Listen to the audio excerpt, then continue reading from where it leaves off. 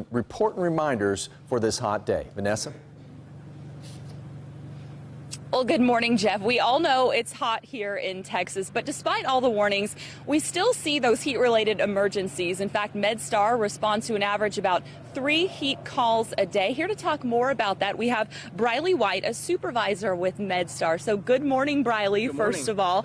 Why do you think we're still seeing all of these heat emergencies? I think most of the emergencies, it's summertime. People want to get out, they want to have fun. We also have a lot of construction going on in the area. We get, construction workers that are working really hard out in the sun, and it just gets to them. After a while, everybody wants to get out on the lake and have fun, and they don't really understand the aspects of it, and they don't see the signs and symptoms as being heat related. They may not think it's going to happen to me. I think it's going to happen to someone else. And we said an average of 3, but you said you had a lot of calls yesterday. Yeah, I think it was reported 7 yesterday. We did have 3 the day before that, but it looks like that number is increasing. And we're going to see an extra hot day, it's looking like today. So let's talk a little bit about the difference between heat exhaustion and heat stroke. Okay. What is the difference? Well, with heat exhaustion, you're just going to kind of be fatigued by the heat. You're going to start sweating, you're dehydrating, your muscles are going to start cramping, you'll start getting nauseated and dizzy are the primary symptoms of that.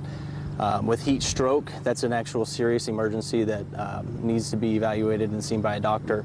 With that, you're going to have altered mental status or confusion and could possibly cause brain damage. What are some more symptoms or some warning signs people should look for heat stroke? The big one is the confusion.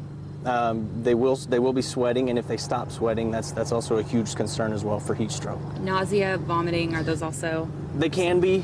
Primarily, you'll see that in heat exhaustion, but it could progress into heat stroke as well.